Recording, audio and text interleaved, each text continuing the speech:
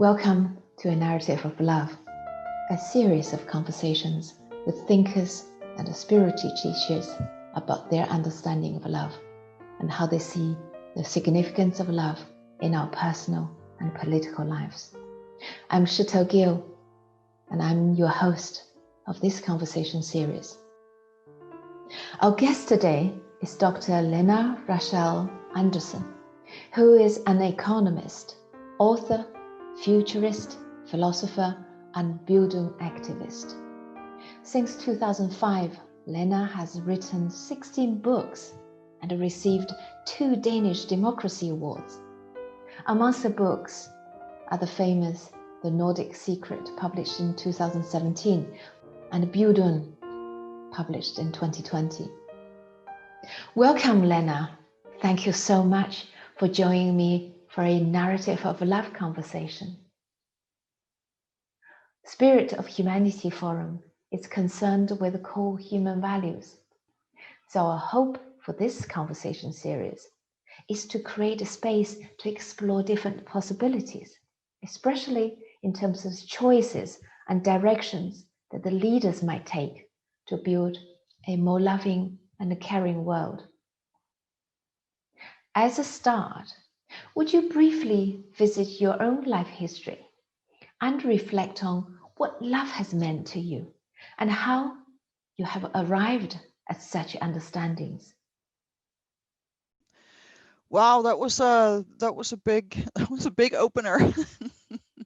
So I would say that I'm Danish. I grew up in Denmark in a suburb outside of Copenhagen in a very loving and caring middle class family as an only child, which was incredibly boring, but with very loving and attending parents, and with 4 cousins that I had a lot of fun with, and I had really good friends in school. So I would say the love foundation of my life with strong connections was very solid. So it's a good start. But I was also uh, I never really fitted in anywhere. So I've always been the unruly child at the back row of the classroom, throwing spitballs and coming up with jokes about the teachers. And so very quickly my path was into humor. But I also had a huge, or very early, I would say, struggle with faith and with is there a God or is there not a God? My mother's side of the family was culturally very Christian. I mean, in Danish context, rather Christian, but in a U.S. or I would say the rest of the world context, not very Christian. So so Christianity was very present in my childhood, but in a very relaxed way, I would say, and with a lot of, natural science and critical thinking in the school and in the family and everything. So that would be my intellectual and spiritual background. And I was also I was a Girl Scout with the Christian Girl Scouts, and I started when I was 7, and then when I was 12, I became one of the leaders, and until I was 17, I was one of the young adult leaders for the 7 to 10-year-old girls, which taught me a lot about leadership and taking responsibility, and about how to get groups of people, in this case children, girls, to work together and have fun. So that's part of my background. And then yes, I studied theology for a while and ended up converting to Judaism. I started Christian theology and converted to Judaism. So that has been part of my path. And so I'm rounded by that. I mean, that's part of my Bildung. That's part of my formation, that I grew up in an environment like that. And so that is, of course, defining for my perception of the world and who I am, and the chances and opportunities that I've had. Now, in your theological studies and the philosophical studies, and also the religious upbringing, and so on, let's just focus on that, because you think of religion, whenever we think about religion, and it seems like the common word is love. And what is your experience of love from member of a religious community, for instance. Right. So, I mean, I've lived religion in two different religions, and the Christianity that I grew up with was, as I said, it was very modern, liberal, open-minded Christianity. But one of the things that always bothered me was this sense of you must love Jesus. So there's this demand on your emotions where if I did not have the right emotions, there was something wrong with me. And I always had a problem with that, particularly because as a child, you want to be a good child. You want to do what the adults tell you to do. I mean, you want to behave. You want the adults to love you. So if you didn't have the feeling, or if you didn't really know what it meant to love Jesus, you kind of created this fake feeling that I don't even have a word for it in English, but it's you create a feeling inside yourself that doesn't really come from yourself, and you, I mean, and that's not a good thing, because it's fake, and fake feelings are not a good thing. So and then you create a culture around it where you sort of encourage each other to produce this feeling, and eventually at some point you start thinking, how many of the other people are also kind of faking this emotion, and how many actually feel it. And so I think that was a very unhealthy part of it. What I really liked about the Christian upbringing was, of course, that there was a value system, and there was something in the culture that was more important than all these outer status symbols and all the, the fast pace and the, ambition, career, material world, consumerism, all this stuff. That there was a spiritual room and a beautiful room, aesthetic rooms, churches, and all kinds of houses of worship. That's not just Christianity, where you could, I mean, literally walk in from a busy street and be in a different kind of world. And I really always, I always like that and love that. And I love it whenever, I'm a tourist and walk into a foreign church or synagogue or mosque or whatever, and sense that sense of silence, calm, being present, and being focused on something else than everything out there, all the noise. So I brought that with me, and has always been sort of a parallel track to everything else that I did. And then I've had, on and off, I've been an atheist. Part of my transition then from Christianity to Judaism, and what made me change my religion, was that I really like the open inquiry that is in Judaism. There's always, you take a piece of text and then you discuss it, and nobody demands any specific feelings from you regarding God or the Torah or anything that you do. Instead, it says, you must do so and so, and to me that's an intellectual freedom. So there's a time schedule throughout the week towards the Sabbath, and there are some dietary rules, and that works very well for me, and it gives me complete intellectual freedom. So that was I mean, that was the short version of why I changed my religion. And I'm now at a point in life where I'm fine with both religions. It's very hard when you convert from one religion to the other to, keep loving the old one. But I do love both religions now, but of course in different ways. So yeah, let's focus on that spiritual connection. So at this point of human history, we really in need of that, because we are experiencing what may call it lingering anxiety, complexity, uncertainty. So it's a form of perplexity about our future. So this book, The Nautic Secret, a European story of beauty and freedom. I'm going to come back to the story later in terms of what story we might need now. And you co-authored with Thomas Bjorkman. Well, in fact, Thomas presented the ideas in the book at the last Spirit Humanity Forum. He talked about those retreat centers emerging in Denmark, Sweden, and Norway at that time, about 150 years ago. that not only contributed to this inner transformation that we talk about, but also helped propel Nordic countries towards becoming what we now see as the thriving democracies and welfare societies. Now, you also mentioned in early, this has been an important illumination in terms of your own understanding of the world. So would you just help us understand how the Nordic Folk High School, that was called, the Retreat Center of Nordic Folk High School or folk colleges, managed to reach such societal transformation through introducing a particular kind of education to young people? Yeah, so I mean, 150, 180, 200 years ago, Europe looked extremely different. I think we all know that, and the entire world did.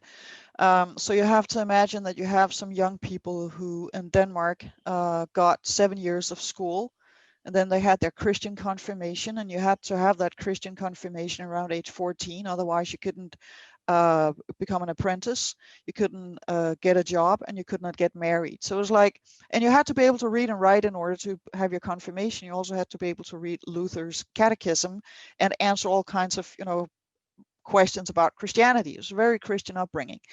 And then you went out and started working as a farmer on somebody else's farm, and that was the rest of your life. And then suddenly there's this new kind of school, which is a boarding school, and it's a 5-month program for young men and a 3-month program for young women. And when you're 18 to 25, you can go there if you can afford it. So you work for a couple of years, maybe your parents have a little bit of money, maybe you have a rich uncle or something, and they want to, send you away to open your mind, learn some new agricultural techniques, study history, learn about your country. And that's very appealing. I mean, how many young people 150 years ago had, 5 months off to just, study poetry and figure out for themselves what is important in this life? So that is what those schools were about. And it took a while for them to find the format and the form that worked. And I'm going to skip the long intro and just say that what did work was this 5-month program for the young men and the 3-month program for the young women. It was a school teacher named Christian Kold who came up with a format. And what he did was he used to work as a teacher, and he realized that whenever he tried to teach children what he was supposed to teach them, they did not pay attention. But when he told them stories, they were listening, and you could tell that he captured something inside them. They lit up. And so he started reading out loud heroic novels about the Danish history. So medieval novels with, heroic, medieval knights and fighters and stuff like that. And so you have these 18-year-olds who are together in a farmhouse with 20, 30 other young men, and they hear these stories, and something awakens inside them, and they feel, I want to be one of those heroes. I want to be a good Danish man. And once Carl can see in their eyes that now they're listening, now they're paying attention, now I'm like, I got them. Then he allows them to ask questions, which 150, 60 years ago was very unusual for young farmhands. They were just used to being taught something and then repeat it. Now an adult person asks them, so what do you think? Do you have any questions? Ask me something.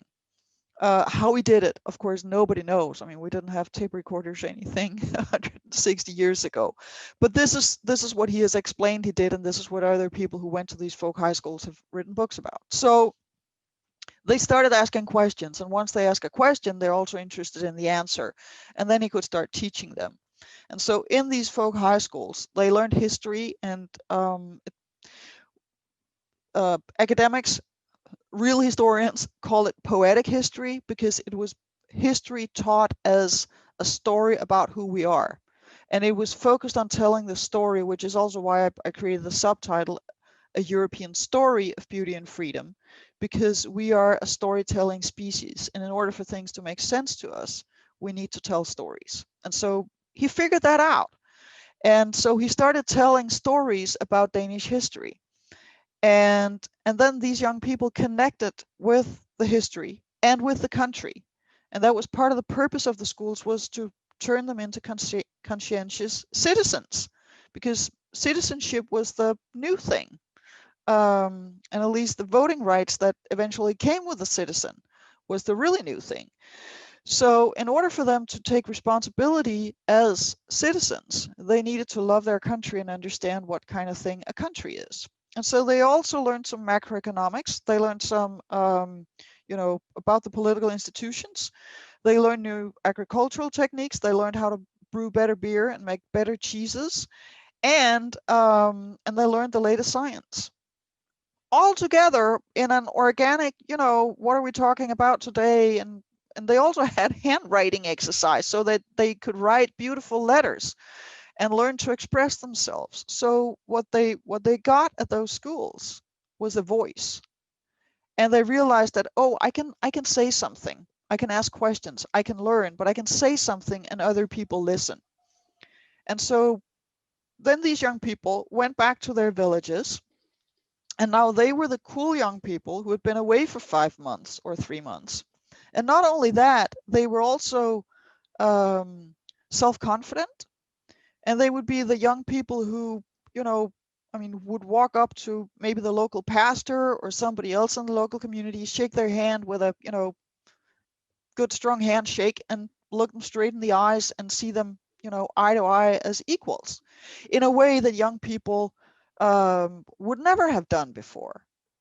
It's beautiful what you described, because I had that question: what exactly happened during the courses? So the storytelling, of course, stories are myths. Myths give you a kind of a pathways towards meaning making, and here you go into the history. That was a collective myths making, and that helped these young people to then create their own myths to live by. That's really wonderful. Of course, we're talking about the young farm hands, so give them teach them in terms of economics, teach them the science, technology, make them a better administrators, better innovators for when they return to the land. And they also think questioning, inquiries, learning to question. This is what preparing them for critical thinking skills and so on. And they're listened to because they experience respects and how to respect others and what being respected means, and so on and so forth. So, but I want to just ask you, beauty is an important part. Now you talk about handwriting is part of that. Sort of how do you present yourself in a way that is, beauty is a form of dignity and so on. But is there anything else within the environment concerning beauty? And I also want you to touch upon, as I read it, they sing a lot, they sing together. So are these, has any music, music and poetry and so on, these will invite you into almost like unconsciously into the realm of beauty? Just want you to comment on that. Oh, absolutely. And thank you for bringing that up, because, first of all, with the mythology, one of the very strong components of this was reintroducing the Norse mythology to these young people. Now I just mentioned Christian Kold, who started the first really successful school. But there was a pastor, Nikolai Frederick Severin Grundtvig, who had come up with the idea originally, but he was a pastor and he wrote about it, and it was so, a stream of consciousness, not specific enough for people to actually figure out how to create such a school. And there were some attempts before Christian Kold started his school in 1851.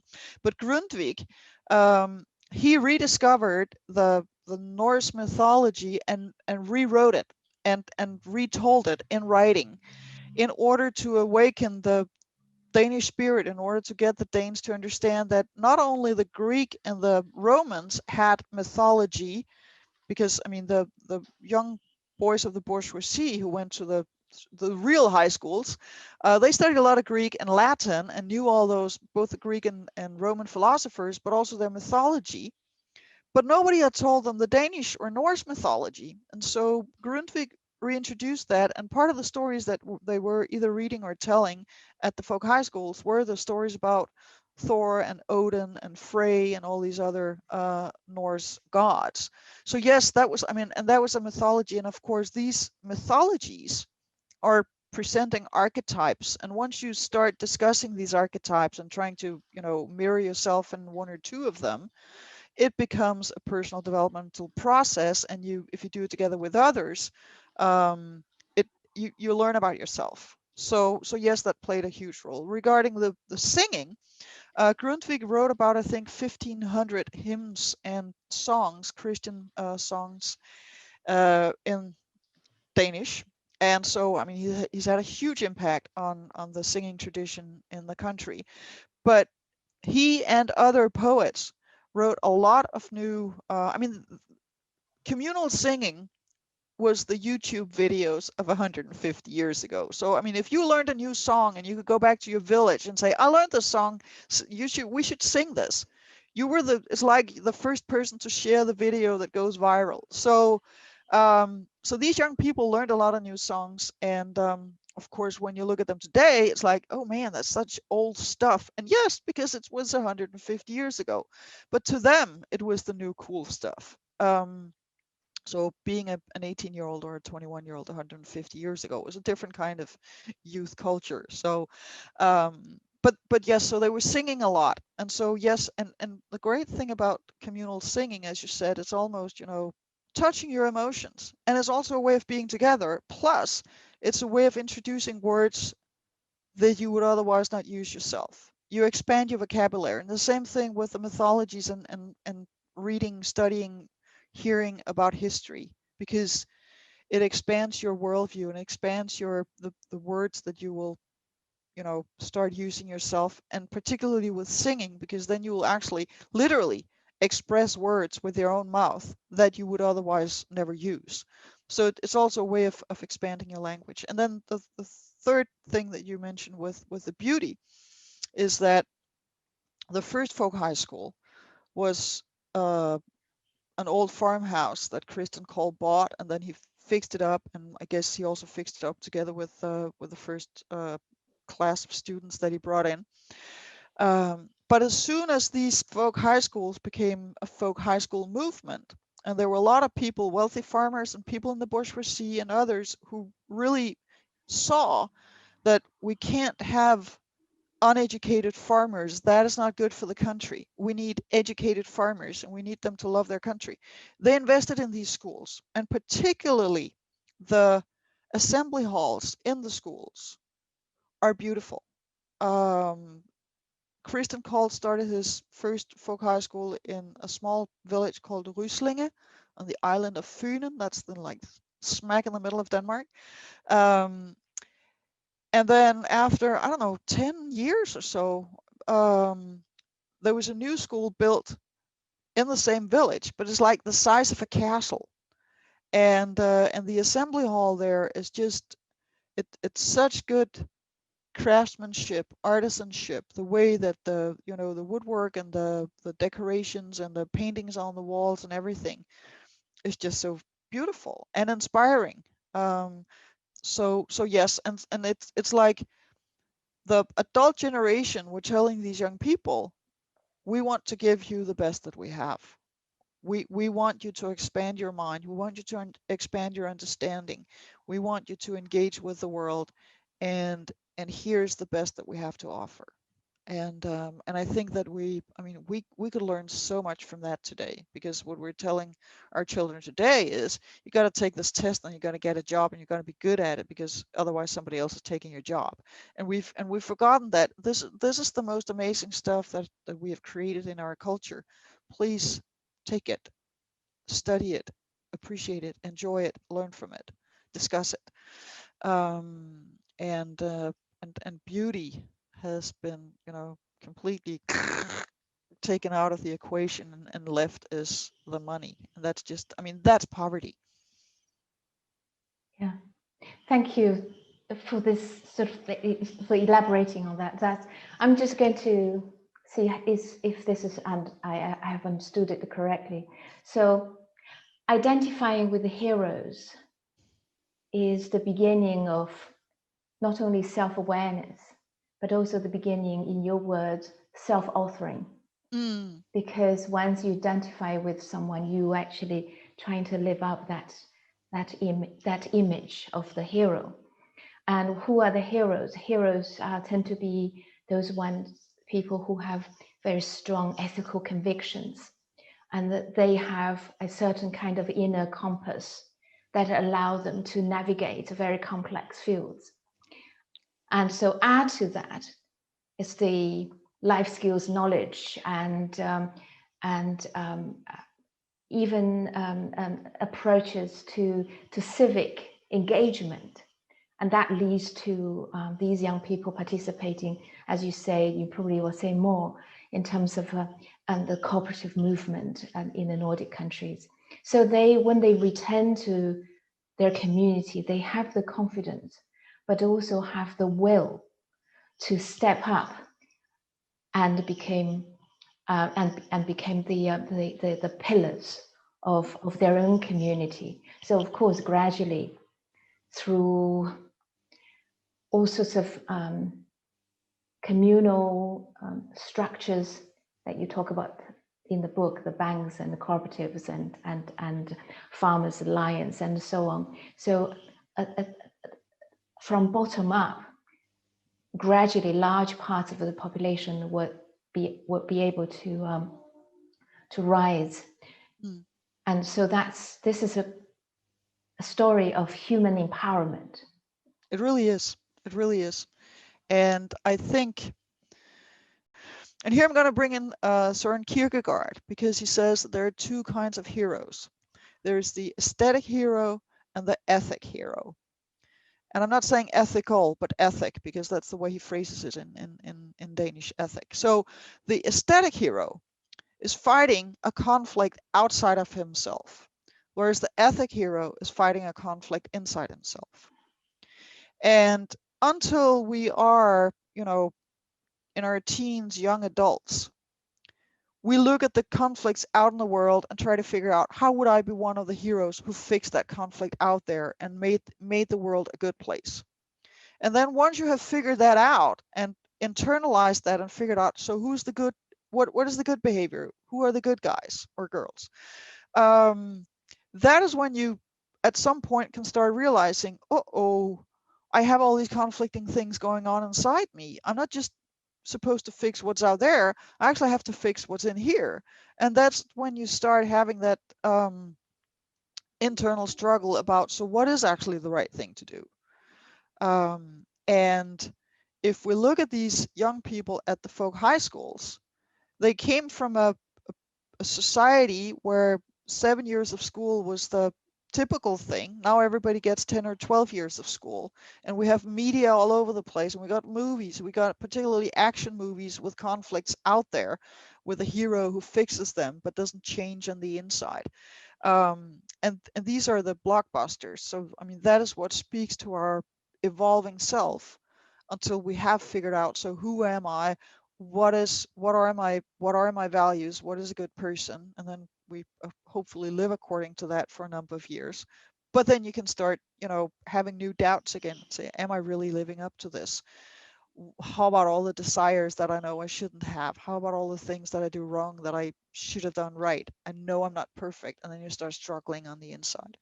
And I think the folk high schools started with the aesthetic heroes in order to get all those young farm hands and girls to think about, what is a good person and how do I become one of them? I really like the kind of the journey is the evolving self, continue. Building is essentially continued self-transcendence. The relational process and the relationships, I suppose, amongst the young farm hands during that training, during the folk high school, would have played an important part. In some ways, probably they have, I'm just speculating, they were able to realize that it is in the relational process that we came to be who we are, that we came to recognize what's the right thing to do, what's the good things to do. The teaching method at the schools, with all the conversation and all the questions, And also one of the things that they did at the schools was that they took the young people to political meetings with all kinds of different political candidates in order for them to make up their own mind. And they were very explicit about, we're not going to tell them who to vote for. We're not going to tell them what's the right political agenda, but we're going to take them out to hear different viewpoints so that they can make up their own mind. And so there is I mean, you mentioned the word empowerment. Empowerment is exactly the word that this is all about. And it's political empowerment, it's economic empowerment, it's existential empowerment, and it is personal empowerment to sort of, opening up the I hate the word energy because I mean it means so many different things, but literally waking up and feeling that you have more energy in your body because you know what you want to do with your life, and that is what they managed to do. They Kristen Cole said, first enliven, then enlighten. So once you have them, full of energy and saying, what can I do? Then you teach them and say, well, if you know this stuff, you can do that, and if you know this stuff, you can do that. Which is also crucial point here that the emotional development, the aesthetic appreciation, the beauty and the spiritual connection walks hand in hand with practical, useful, factual knowledge. And you can't be empowered if you just feel a lot and have a lot of good intentions, if you don't also have the knowledge that it takes in order for you to actually, start a business or run as a political candidate or be on the board of the local church or whatever it is, or take responsibility as a good accountant. I mean, there are many ways where your skills is part of the empowerment, but you also have the drive, have to have the drive and energy in order to make a difference. Yes, I was really fascinated by that aspect in the sense that compared to what would be called spiritual training today, it's mindfulness, it's silence, it's prayer, and it's very much individualistic. You focus on yourself. Whereas here, the enlivening, self-enlivening, self-awakening is happening in the Nordic context within a community. You didn't put the kids into the individual study room as if they're a helmet and just Exactly. just Contrary. yeah. So instead of going inward, you first go outward. Look at history, look at the hero's journey, go and singing. This togetherness, this we-ness, has this kind of sense of we-ness built and developed in this building process, in this Forbes High School, actually provide that basis for Nordic countries to be these welfare societies. Yes. Yes, absolutely.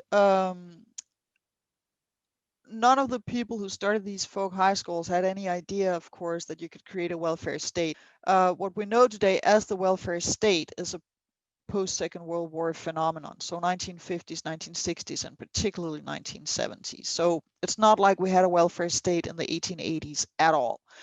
But yes, the sense of solidarity, and that you have, and I think what makes the difference is that you have a critical mass of people, and that may just have to be 10%, who have that sense of country first, not in the sense of country first compared to other countries, but country first before I, benefit myself. I mean, what they did with telling all these stories about the Danish past and the Norse mythology and getting them to connect to their cultural heritage was, of course, also the sense of, this is important. This is who I am. This is how I express myself. This is part of my meaning making. They would have, they would have said that in a different way, but that feeling of, this place is important to me. The fact that this landscape that I work in every day belonged to other farmers for hundreds of years before me, and they passed it on to me, and it's my responsibility to pass it on to the next generation.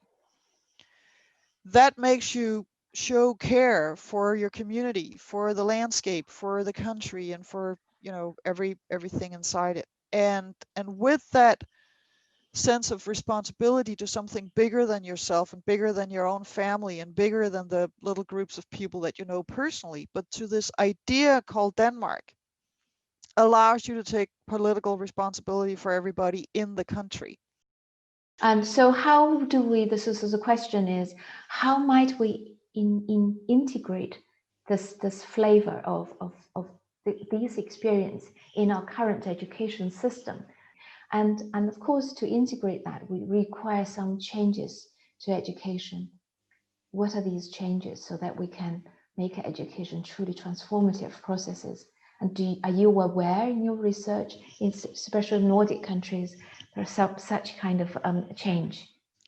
I mean, I have some suggestions. I have not had a chance to implement this anywhere, but looking at our, you know, history as a species and a civilization, and the need that we have for beauty, and how crucial science is, and we need to understand where we're coming from and all this stuff. And if we look at it throughout history, I mean, the way that we produce food and shelter and our technologies, I mean, co-evolved with the aesthetics, which co-evolved with the knowledge that we produced, and which co-evolved with political structures, power structures, and which co-evolved with moral values and narratives and religion and ethical principles and so forth. And if we have an educational system that is so focused on science and technology, in order for young people to get an education so they can go out and be producers and consumers, then we lose all the meaning giving, the purpose giving parts of education, and it's just going to be meaningless data. And we're going to have frustrated, angry, and anxious young children, young people, who don't know why they're learning what they're learning. And I think that's what we're seeing.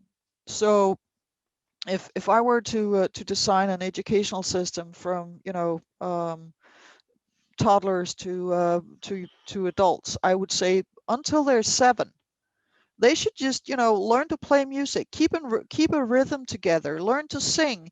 They should have all those great stories. Uh, I mean, first and foremost, the mythology and stories, history from their own place, but with stories from the rest of the world as well, to expand their vocabulary. And then they can play Thor and Mickey Mouse and I don't know, Zeus in the playground in the intermission. Then they can come back in and start singing. So expand their inner world by storytelling, and let them, you know, do something dangerous, make some stone tools, and, you know, light a bonfire and stuff like that, so that they, and also, you know, let them grow some plants, some herbs for their lunch or something, so that they, you know, get a feeling for what the world is like. And then when they're 7 years old, until puberty, that's when you introduce writing and math, geometry, some science, and also some technology. Let them build little, you know, wooden engines, or, you know, the technology that matches the old Babylonians or the Greek. I mean, the mechanical stuff, which is just fascinating to children. And this is also where you can then start, you know, teaching them history in the, I would say, the poetic history. It's where you tell them the stories of how the world evolved, and how this country evolved, and how, I mean, if you have different ethnic groups, you can focus on that as well. So where's that culture coming from, and what did that process look like? But make sure that you tell it as a story, so that they can see that there's a progression in this, and that it's connected. So I would do that until they reach puberty, and that's where you can start then, you know, be more philosophical at the personal level, I think, and, you know, introduce poetry and the big, you know, romantic authors, and get them interested in politics and society. Um, and then from, I don't know, the age of 15, 16, introduce quantum physics and postmodern deconstruction of everything, because then they actually have something they can deconstruct.